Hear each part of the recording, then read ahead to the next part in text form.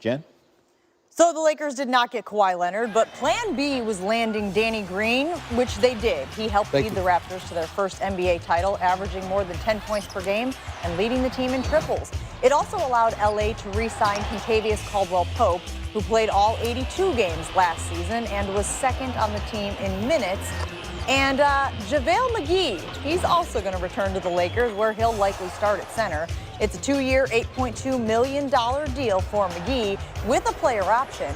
He averaged a career-high 12 points per game this season. We now welcome in our ESPN NBA reporter, Dave McMenamin, joining us from Los Angeles with the Lakers side of things. They did acquire Anthony Davis, who famously gave up that $4 million trade kicker, but lost out on Kawhi Leonard. How would you describe the Lakers' offseason so far? Well, I think right now, because there's still a shock being felt by Lakers fans because of the disappointment of not getting Kawhi Leonard, the temptation is just to be kind of downtrodden. But take a step back and realize you got Anthony Davis. You added a guy like Danny Green, who's a two-time NBA champion. You're able to have a little bit of continuity from last year to this year by bringing back guys who want to be here, JaVale McGee and Kentavious Caldwell-Pope.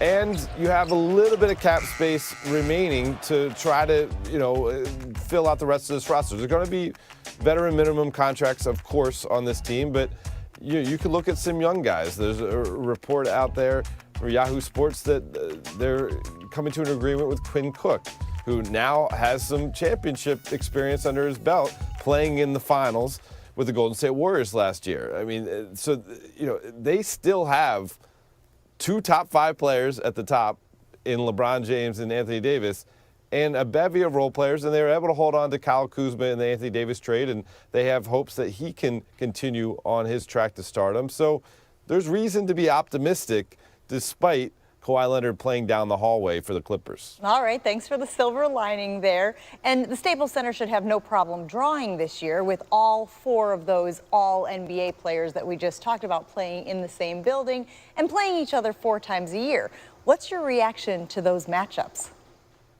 I mean, we started to see it 10 years ago or so when Kobe Bryant was still playing for the Lakers and Lob City was coming together, the electricity in the building, the city caring more about the Clippers than it ever had before. But this will take it to another level. And usually I give it to the NBA schedule makers for getting it all right, but they missed a golden opportunity this year coming up in the Lakers preseason schedule. They play 6 games, 4 of them against the Warriors, and everyone thought, oh, Lakers-Warriors are going to be the team, the matchup everyone wants to see. We would love to see Lakers-Clippers in the preseason. Can't get enough. If there could be more than 4 times they could play in the regular season, I'm sure the schedule makers would like to tack that on. I think ultimately fans will only get their just desserts if they get a playoff series between these 2 teams. And that would be such a sight to see. And I would love it, because it means I wouldn't have to go on the road to cover the series.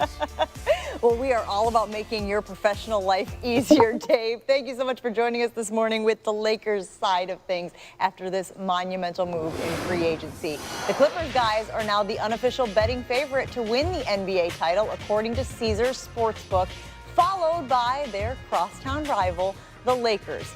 Prior to that Kawhi Paul George news that broke early this morning, the Clippers were 10-1 favorites to win the title. The defending champion Raptors are now 30-1.